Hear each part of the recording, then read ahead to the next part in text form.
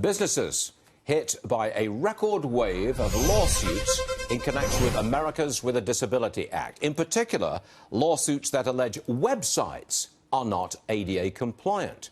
1,000 such lawsuits actually filed this year alone, just so far this year, 2018. More this year than in all of 2017. Hello, you may have arrived at this video as a result of being sued individually or your business being sued for ADA accessibility violations. There are more than 100 lawsuits a month filed in California alleging businesses are not in compliance with applicable ADA access requirements. The spotlight is on websites. 2,285 ADA website lawsuits were filed in federal courts in 2018, a yearly increase of a whopping 181%. Number one, take the lawsuit seriously. This is not a scam. This is what the law allows to happen at the current time. There is no grandfather provision or other protection for your business, so take the lawsuit seriously. One of the lawyers who crunched the numbers on this show joins us now, Min Vu with Seyfarth Shaw. Min, welcome to the program. Good to see you. Thank you. First of all, in what way is a website non-ADA compliant? Well, so websites have to be designed and constructed in a way that is accessible to people with disabilities. Right. So people who are blind, for example, use screen reader software, and that has to interact with the website. And if the website is not designed to interact with it properly, it's not going to work. So a blind person could sue the website and say, you're not taking care of me under the terms of the Act. I want you to make sure you get it right and pay me some money. Is that how it works? Pretty much, yes. The website doesn't have to speak to them. It's the fact that the website has to be compatible with the screen reader software that then reads the content and functionality to the person who's blind. I mean, put it this way. Everything's online now, right? And so it is very difficult to basically do anything without being able to be on a website and be able to access it. So those are legitimate concerns, and there are lots of advocates who are legitimately concerned. Contact a lawyer who is knowledgeable and experienced in handling matters of this type. There are only a handful of attorneys in the state of California whose primary practice is defending businesses sued for ADA accessibility violations. The problem is that many of the plaintiffs' lawyers have figured out that the vast majority of businesses don't have an accessible website because everybody was kind of caught with their pants down. Right. You know, there are no regulations on this, and the courts have started to basically come out saying, yes, you know, your website has to be accessible. So everybody's caught kind of unaware, and these plaintiffs' lawyers are taking advantage. Obtain an accessibility evaluation of your property. The only way to prevent a lawsuit like this from happening again is if the property is in compliance. The first step is to obtain an evaluation, develop a plan to implement those changes. They do have to be made in order to prevent the property from being sued again. In our experience, we've had one property sued 3 separate times for the same type of violations. Make sure you implement the plan and make the changes that are in the report. They do need to be made to give you the protection from this happening again. View this as a business problem, as any other problem your business may face. It will take business judgment and a decision-making process to solve this moving forward. If every single website has to be ADA compliant, that's wildly expensive, isn't it?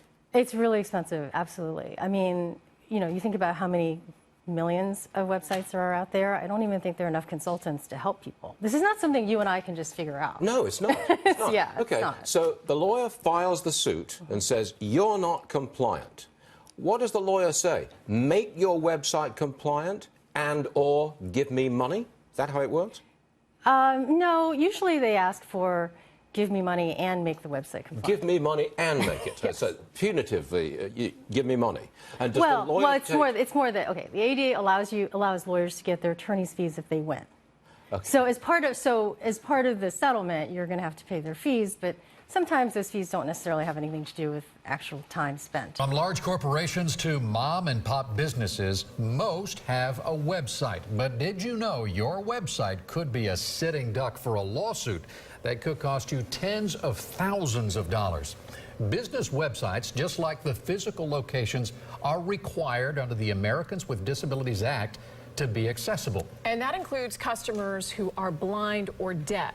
8 on Your Side investigator Shannon Bankin joins us now. And Keith and I were so interested when we heard you were doing this story, because I don't think a lot of businesses even think about this being a possibility. This is something so many businesses haven't heard of. I've been hearing from them all day. But if your website isn't accessible, those who are visually or hearing impaired can't use the site. And some of those people are fighting back. I found disabled activists filing ADA website lawsuits by the stackful. Ben Tundis and Donna Dansel own Island Comfort Footwear in Westfield Countryside Mall in Clearwater. And this is my shipping area where I do my web orders. They decided to expand by selling their shoes online. They launched a website, and then, bam, a lawsuit. Summons on a Thursday night at 8 o'clock at night in the dark. Got a knock on the door. A blind woman in South Florida claims their website isn't compatible with screen reading software used by the visually impaired, leaving her unable to buy their shoes. It's a $65 a month website.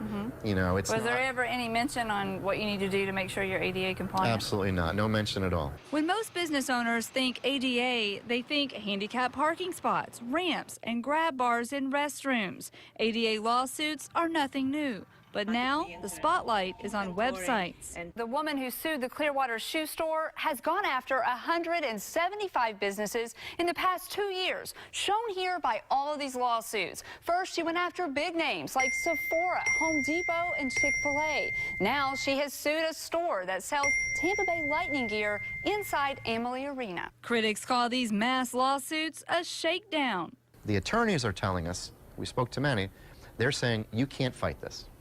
If you fight this, you're going to quadruple your bill.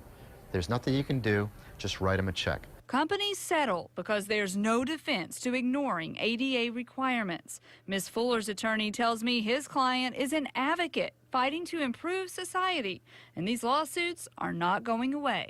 $3:49.72 link. To better understand the struggle facing the blind, I sat down with Louise Payton, a Tampa woman who uses a screen reader to do things like shop, Suspected Seminole Heights serial killer speaks. read the news, Enter email or phone edit. and use Facebook. When websites don't have the correct codes to communicate with her software, she's excluded.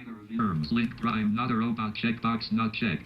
It has to be really frustrating. You get this far, you can't get past that one thing. Exactly. If you add this feature that allows the blind to read, is that a lot more money? Is that? It could be, depending on how complicated your site is. A simple site, I talk to folks who do audits, $1,600 to audit your site, more money, you know, to make sure that it is compatible. So it